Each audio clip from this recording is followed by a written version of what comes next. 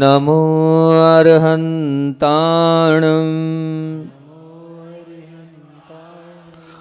नमो सिद्धाणं नमो आयर्याणं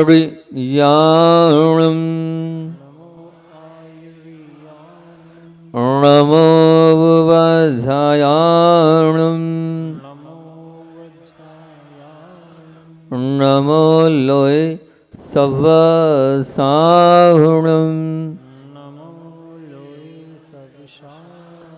नमो अरिहन्ताणं नमो सिद्धाणं नमो आयर्याणं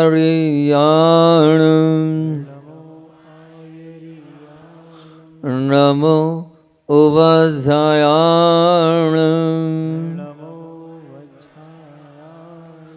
नमो लोय सवसाहुणं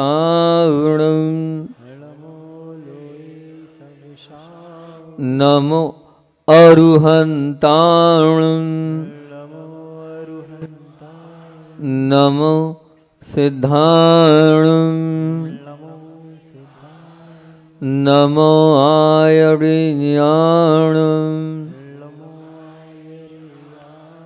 नमो वज्रायाणं नमो लोय सवसाहुणं।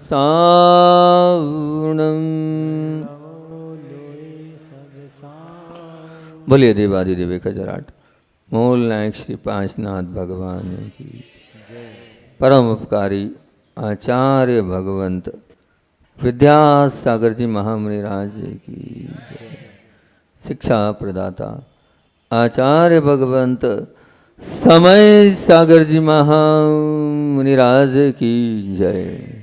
पूज्य मुनिवर श्री दुर्लभ सागर जी महाराज की जय। एलक श्री दया सागर जी महाराज की जय। सुल्लक श्री निर्धूम सागर जी महाराज की जय। एकजुट हो, एक से नहीं जुड़ो, बेजोड़ बनो। ये प्रवचन श्रृंखला आचार्य भगवान के हाइको से मंगलाचरण के रूप में हमने प्रारंभ करी थी और आज के परिवार के परिवेश को लेते हुए ये परिवार में जो आज टुकड़े होते जा रहे हैं, आज घर घर में अलगाव होता जा रहा है, उस अलगाव को, उस टुकड़े को, उस बैर विरोध को, अंतरंग के परिणामों को निर्मल करने के लिए एक प्रवचन श्रृंखला 52 गजा में प्रारंभ करी थी। और लेकिन योग संयोग की बात थी कि हमारा फिर क्या हो गया, चातुर्मास 52 गजा में नहीं, बाजना में प्रारंभ करी थी और बाजना में प्रवचन श्रृंखला प्रारंभ करी और लेकिन हुआ ये कि 52 गजा में चातुर्मास हुआ। वहाँ जाकर बड़े बाबा को देखा तो वहाँ भाव ही बदल गए और पूरे चातुर्मास वहाँ मौन रहा। फिर ये प्रवचन श्रृंखला रुक सी गई और फिर आगे अभी हाल हमने सोचा, वैसे तो बहुत सारे प्रवचन इनमें बहुत सारे बिंदुओं पे करने थे, लेकिन उस प्रवचन श्रृंखला का मैंने कहा कुछ न कुछ कर दें, तो कुछ 4-5 प्रवचन करके अभी उस प्रवचन श्रृंखला को हमने बंद कर दिया, लेकिन बहुत सारे बिंदु उसमें रह गए। पर मैं ये चाह रहा हूँ क्योंकि अभी इस प्रवचन श्रृंखला का जो हमने इतने सारे 20-25 प्रवचन किए, मैं हमेशा जो प्रवचन करता हूँ उसका सार अंत में ज़रूर देता हूँ कि ताकि क्रीम कहना चाहिए ना, इतने सारे वो प्रवचन है, उन सब प्रवचनों का क्रीम मैं आपको 3-4-5 प्रवचन में देने का प्रयास करूंगा।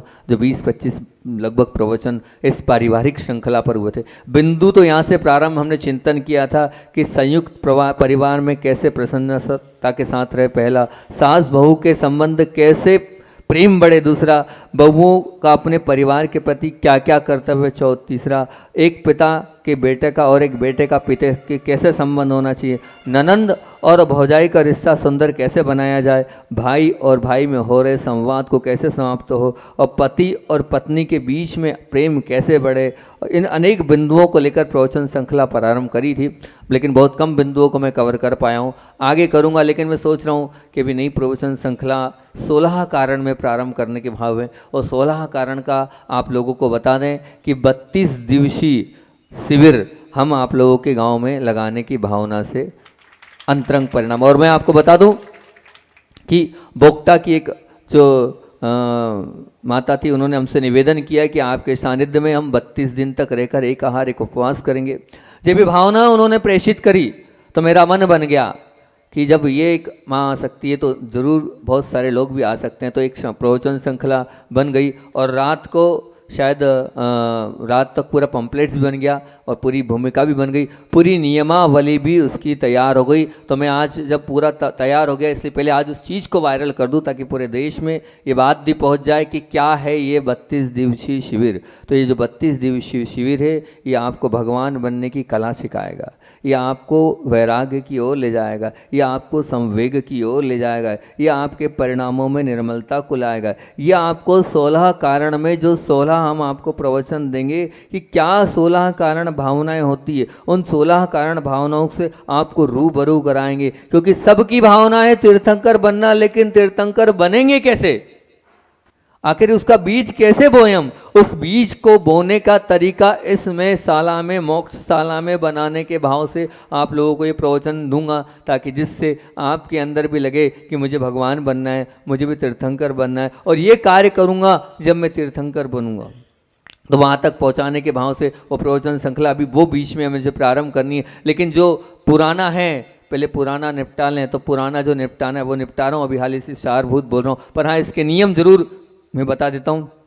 इसमें ऐसा नियम रखा है, कमेटी के द्वारा हथकरघा के वस्त्र दिए जाएंगे, उन्हें वही 2, अगर ज़्यादा लगता है तो 3, ज़्यादा लगता है 4 जोड़ ले ले, कमेटी 2 जोड़ हथकरघा के वस्त्र देगी, वही वस्त्र उनको पहनना होगा। यथा योग्य मोबाइल का त्याग होगा, यथा योग्य बहुत ज़रूरी हो तो अलग बात है कि यथा योग्य मोबाइल का त्याग रहेगा।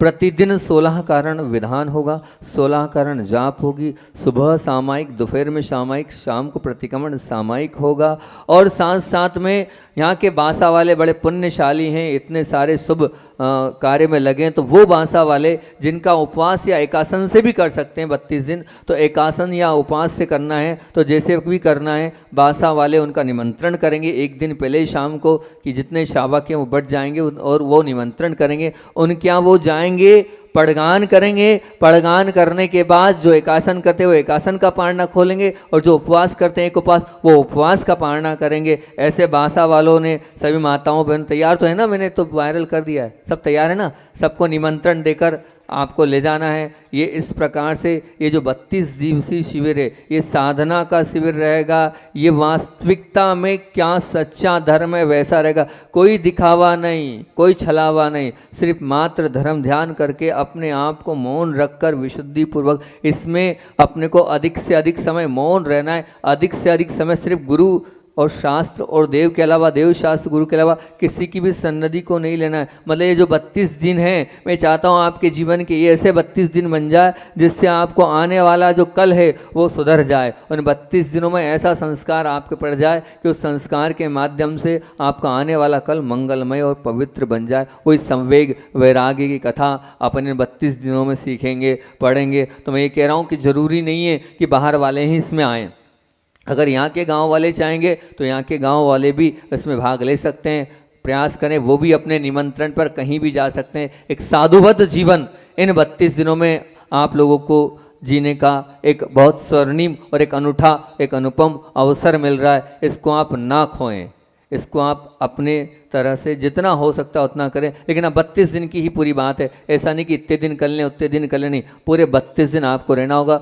रहने की पूरी व्यवस्था कमेटी के माध्यम से, बांसा जैन समाज के माध्यम से होगी, भोजन की पूरी व्यवस्था कमेटी के माध्यम से होगी, और मतलब वस्त्र की व्यवस्था पूरी कमेटी के माध्यम से होगी। हर क्रिया में निःशुल्क व्यवस्था है, कोई भी इसकी राशि बांसा जैन समाज की तरफ से नहीं रखी गई है। और इसके आयोजक और प्रायोजक भी भले छोटी सी समाज है लेकिन मन से बहुत अच्छी समाज है, ऐसी बांसा जैन समाज ने इसके आयोजन प्रयोजन में, हमने बांसा जैन समाज के अध्यक्ष से बात करी, हमने कहा बाहर बहुत सारे लोग हैं जो इसका आयोजन और प्रयोजन के प्रायोजक बनना चाहते हैं, तो उन्होंने कहा नहीं महाराज जी, इसका आयोजन और इसका प्रायोजक तो बांसा जैन समाज को ही यहाँ पर रहने दो। हमने कहा बहुत अच्छी बात है, कोई बात नहीं है कि तो ये कार्य अब होगा। आज पंपलेट आ जाएंगे, आप सब लोगों को जो बाहर से आ रहे हैं वहाँ अपने अपने रिश्तेदारों तक भी ये जो पंपलेट्स आ रहा है उसको आपको वायरल करना है, सबको आपको बताना है।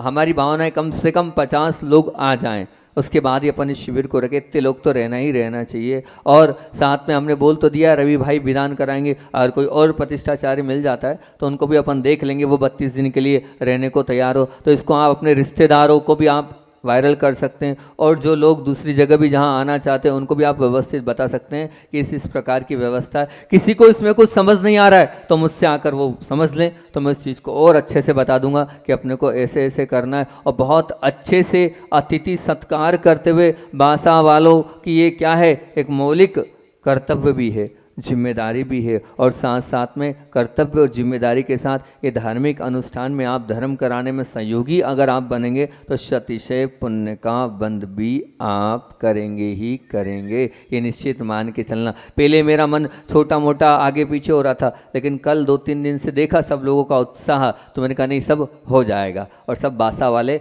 मन के साथ कर लेंगे, करेंगे ना। बहुत बढ़िया, बहुत अच्छी बात है। तो ये बात आप अपने हिसाब से सब जगह आप वायरल कर दें। और बात रही प्रवचन श्रृंखला की, तो अब 16 कारण के प्रवचनों में हम तैयार हो गए, और उनको वैसे तो हमारी वो प्रवचन श्रृंखला तीर्थंकर बनना है उसकी चली रहेगी, उसी प्रवचन श्रृंखला को हम आगे अभी हाल आपके बीच में आगे बढ़ा ही देंगे। लेकिन जो हमारे 15-20 प्रवचन हो चुके हैं उसका हम अभी हाल दी एंड कर देते हैं, बाकी पारिवारिक प्रवचन को अपन बाद में लेंगे। तो शुरुआत हमने बाजना में यहाँ से ही करी थी कि एक छोटे से बालक ने अपने पिता से पूछा कि पिताजी स्वर्ग कहाँ बसता है। सब लोग बार बार स्वर्ग की बात करते हैं, और वो पिता से बड़े ही छोटे से उस नादान बच्चे ने जब प्रश्न किया कि बेटा स्वर्ग बसता कहाँ है, तो पिताजी बोलते हैं स्वर्ग को बसाना, उसकी रचना करना तो हमारे ही हाथ में है, हम ही बता सकते। बेटा पूछता है तो क्या अपने घर में स्वर्ग बस सकता है क्या, तो बोले पिताजी कहते हैं हाँ बेटा बस सकता है। बेटा कहता है किस दुकान से खरीद के लाना होगा, कितना महंगा होता होगा, और वो कैसे मिलेगा वो स्वर्ग, कौन से माल में कौन सी सिटी में मिलेगा। तो बोलते हैं पिताजी कि उस स्वर्ग का मालिक तो चाहे गरीब हो चाहे अमीर हो, सभी स्वर्ग बसा सकते हैं। बस स्वर्ग कहाँ है, वो स्वर्ग हमारे घर में ही है। तो स्वर्ग कैसे घर में होगा, तो 6 बिंदुओं पर हमने बात प्रारंभ करी थी उस दिन के प्रवचन में कि अगर 6 बिंदु आप क्या हैं तो आपका घर स्वर्ग है। वो 6 बिंदु हैं, चाहे तो कॉपी पेन लेकर इन बिंदुओं को नोट कर सकते हो। वहाँ तो मैंने इस पे पूरे प्रवचन पे प्रवचन किए, यहाँ तो सिर्फ सार क्रीम क्रीम मलाई दे रहा हूँ, ये मान के चलना, ये मलाई मक्खन आपको निकल के मिल रहा है। तो उसमें 6 प्रवचन किए थे उस पर कि जिस घर में परस्पर में प्रेम से, आपस में प्रेम से रहते हो वह स्वर्ग है। एक दूसरे का जहाँ सहयोग की भावना है वह स्वर्ग है। किसी के बाहर जाने के बाद उसका लौटने का इंतजार बाट जोड़ती जा रही है वो स्वर्ग है। किसी की अच्छाई की बार बार जहाँ प्रशंसा की जाती है वो स्वर्ग है। ज़रूरत पड़ने पर सब एक साथ खड़े हो जाते हैं और कभी एक दूसरे को अकेला महसूस नहीं करने देते, वह स्वर्ग है। एक दूसरे के लिए सबके मुख से हमेशा प्रिय संभाषण ही होता है, वो स्वर्ग है। ये 6 बातें स्वर्ग पर हमने उस दिन 6 प्रवचन इस पे किए थे। आप देख लेना, आप टटोल लेना, अपने आप से पूछ लेना कि मेरा घर स्वर्ग है कि नहीं। पैसों से स्वर्ग नहीं आएगा, साधना से स्वर्ग नहीं बनेगा, तंत्र मंत्र यंत्र से स्वर्ग नहीं बनेगा, नहीं आपकी भगवान की पूजा और आराधना से स्वर्ग बनने वाला है।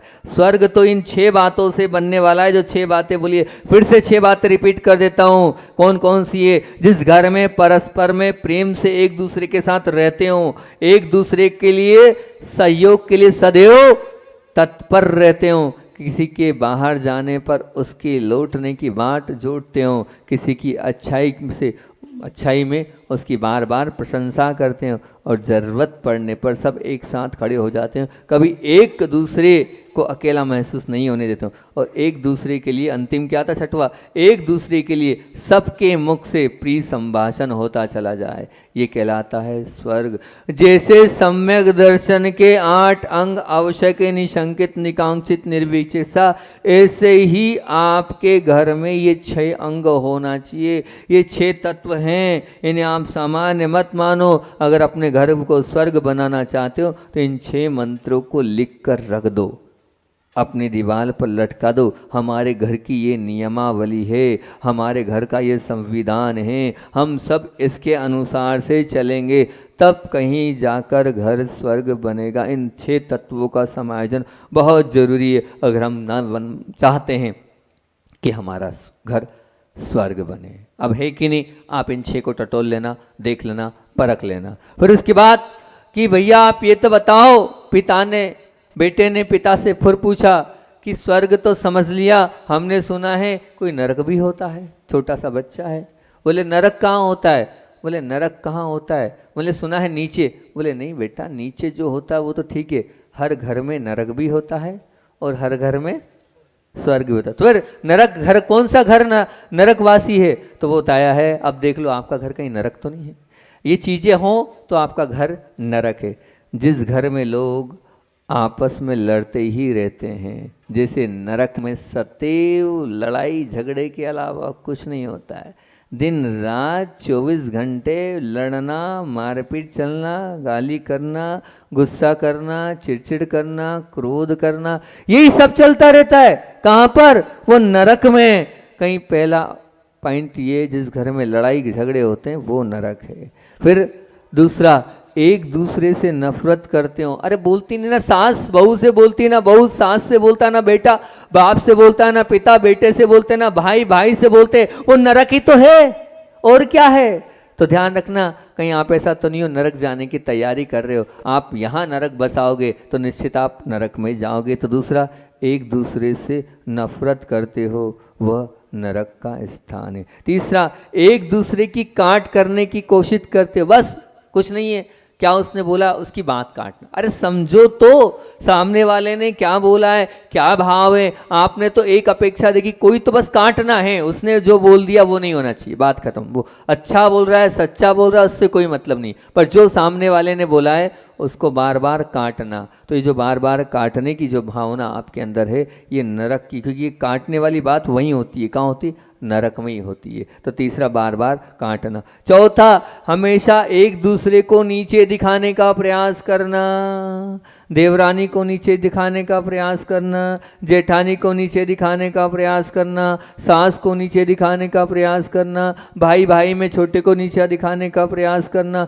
जब जब भी आप अपने ही खून को नीचा दिखाने का प्रयास करोगे, वो घर नरक बन जाएगा। कभी ध्यान रखना, अपने वालों को तो आपको उठाना चाहिए, प्रोत्साहन देना चाहिए, हथेली पे रखना चाहिए, और आप अपने ही वालों को नीचे गिरा रहे हो, अपने ही वालों को नीचे दिखाने का प्रयास करो।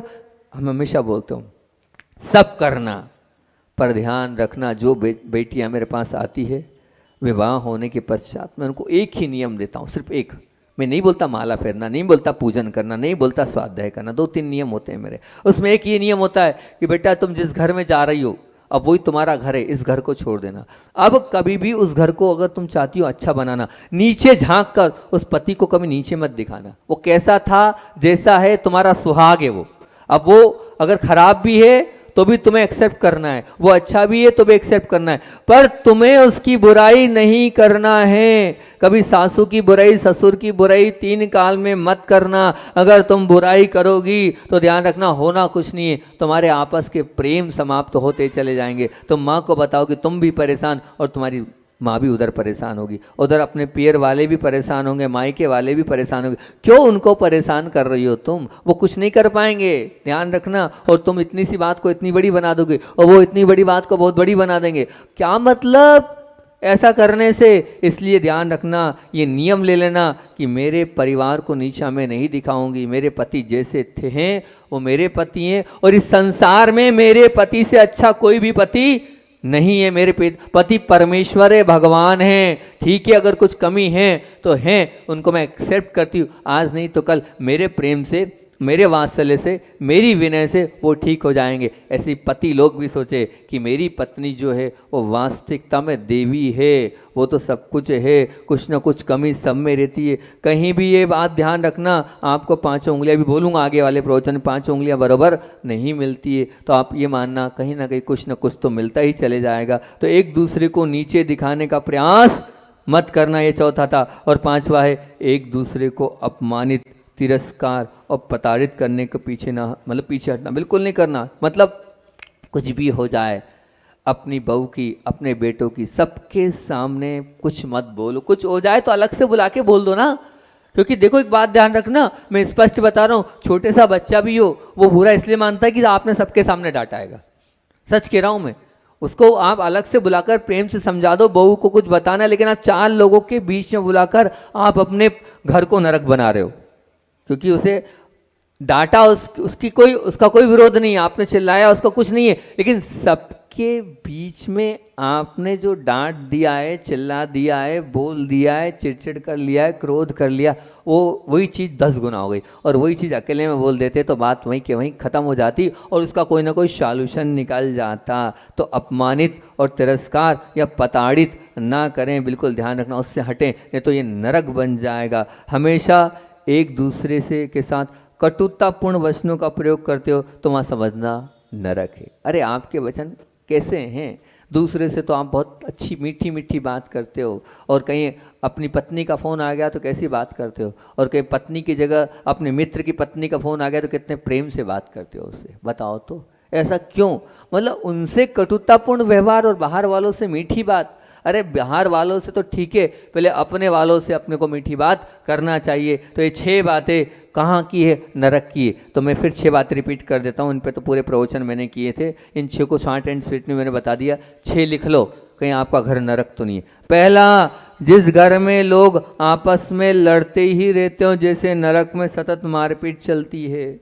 दूसरा, एक दूसरे से नफरत ही करते हो। तीसरा, एक दूसरे की काट करने की कोशिश ही करते हो। चौथा, एक दूसरे को नीचा दिखाने का प्रयास ही करते हो। पांचवा, एक दूसरे को अपमानित, तिरस्कार और प्रताड़ित करने के लिए पीछे ही नहीं हटते हो। और छठवा, हमेशा एक दूसरे के साथ कटुतापूर्ण वचनों का प्रयोग ही करते हो। समझना वहाँ नरक की बसावट है। आज भी नरक में हो और आने वाले कल में भी आपको नरक में ही जाना है। अगर आप नारकी जैसा यहाँ रहोगे तो निश्चित बात है आपने रिजर्वेशन करा लिया है, नरक का रिजर्वेशन करा लिया, RAC में आपका नाम हो गया, कुछ नहीं होगा, आपकी नरक की टिकट पक्की हो गई है। और स्वर्ग के जाने के बाद अब ये निश्चित रूप से ध्यान रखना, स्वर्ग में आप उस समय तो नहीं जा सकते इन सब परिणामों के साथ अगर आप हैं, तो स्वर्ग में जाने के तत्वों पर आप अमल करोगे तो स्वर्ग की टिकट पक्की है।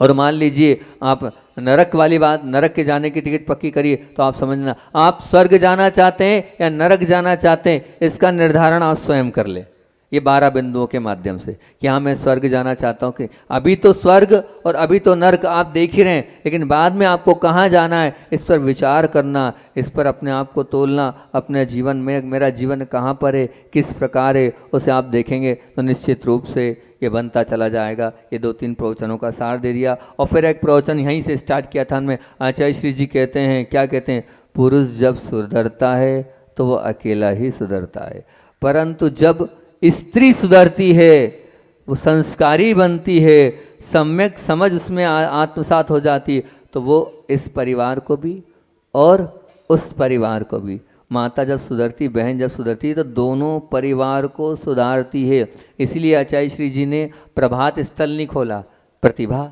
स्थली खोली, क्योंकि आचार्य श्री कहते थे कि यहाँ एक साथ 2-2 का फायदा होगा, इस घर का भी फायदा होगा और उस घर का भी फायदा होगा। तो इसीलिए आचार्य श्री ने बहनों पर ज़्यादा जोर दिया और बहनों को अच्छे से संस्कारित करने का वहाँ प्रयास किया। तो संयुक्त परिवार की अगर हम बात कर रहे हैं तो यहाँ पर जो प्रवचन की भूमिका प्रारंभ करी थी, इसके बाद हमने 5 घटक से प्रारंभ किया था और हर घटक पे 4-4, 5-5 प्रवचन किए। 5 घटक आपको बता रहा हूँ, इन 5 घटकों पर हमने प्रारंभ किया था, फिर उसके बाद भूमिका बनी थी। अगर आप लोग सब संयुक्त परिवार वाले हैं और अगर पति पत्नी भी हैं तो संयुक्त है, और सास ससुर भी है तो संयुक्त है, और ज्वाइंट फैमिली है तो और बहुत अच्छी बात है। उनको इन 5 तत्वों को अपने जीवन में उतारना चाहिए, जो 5 तत्व बता रहे हैं। अगर ये 5 तत्व हैं तो ये मान के चलना, इन 5 तत्वों के माध्यम से, इन 5 घटकों के माध्यम से, इन 5 बातों के माध्यम से, इन 5 सिद्धांतों के माध्यम से आप अपने परिवार को सुखी बना सकते हो, आप अपने परिवार को शांत बना सकते हो, आप अपने परिवार को पवित्र बना सकते हो, आप अपने परिवार को निर्मल बना सकते हो। बस इन 5 घटकों को आप बहुत अच्छे से देखो। ये 5 घटक रख रहा हूँ। सबसे पहला सहयोग, सबसे पहला सहयोग। दूसरा समाधान वृत्ति, एक एक पर बहुत सारे प्रवचन हैं अलग अलग। तीसरा सहिष्णुता, तीसरा सहिष्णुता। चौथा उदारता। 5वां प्रेम, 5वां प्रेम। तो ये सहयोग, समाधान वृत्ति, सहिष्णुता, उदारता और प्रेम, इन पर अलग अलग प्रवचन किए। तो संयोग से मैं बात प्रारंभ करता हूँ। अगर संयुक्त परिवार में रहते हो तो ये घटक हमारे जीवन में अवश्य होना चाहिए। अगर 3 बहुएं घर में हैं तो तीनों बहुओं का आपस में एक दूसरे के साथ जब तक सहयोग नहीं होगा तब तक ये मान के चलना आप एक दूसरे के साथ एडजस्ट होकर नहीं चलेंगे तो नहीं होना। परिवार किसको कहते हैं? परिवार के योग के संयोग को बनाकर रखना है तो सहयोग एक दूसरे के प्रति होना अत्यंत अत्यंत अत्यंत आवश्यक है। याद रखना, मैंने भी बोला था ना, यदि 5 उंगलियों में विषमता अवश्य होती है परंतु विरोधता तो एक में भी नहीं होती है। फिर से बोलो, इन 5 उंगलियों में विषमता है, देख रहे हो ये मेरी 5 उंगलियां, पर विरोधता नहीं है। विषमता तो है पर विरोधता नहीं। सभी उंगलियां हमेशा एक दूसरे के सहयोग में रहती है और इसलिए 5 उंगलियों के बीच में संघर्ष नहीं होता। ये इससे लड़ती नहीं है, कभी भी 5 उंगलियां आपस में लड़ती नहीं।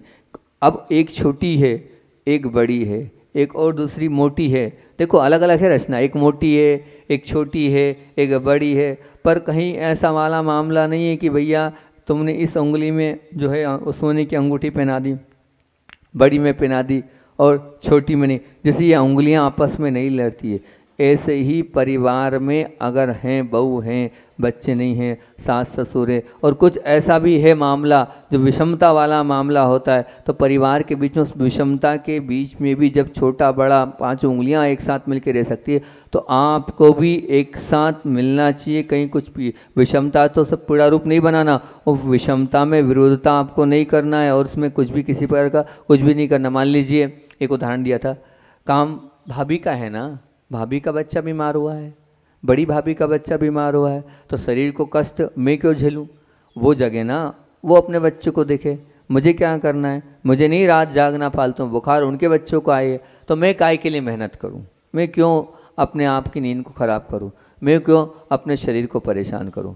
पर सच कह रहा हूं, अगर आप मुझसे पूछोगे तो मैं आपको सबसे अच्छा तरीका बता रहा हूं कि प्रेम का पक्का रिश्ता मजबूत करने का, स्थायी करने का, फेविकॉल जैसे जोड़ को बनाने का ये समय है।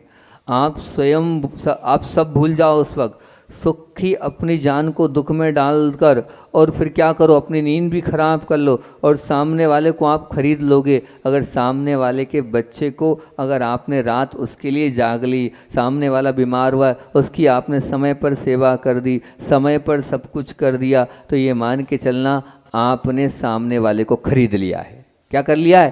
खरीद लिया। आप सुख वाला साथ व्यक्ति कभी याद नहीं रखता है, लेकिन दुख वाला साथ व्यक्ति जीवन पर्यंत याद रखता है, हमेशा याद रखता है कि इन्होंने मुझे दुख में, पीड़ा में, क्लेश में साथ दिया था।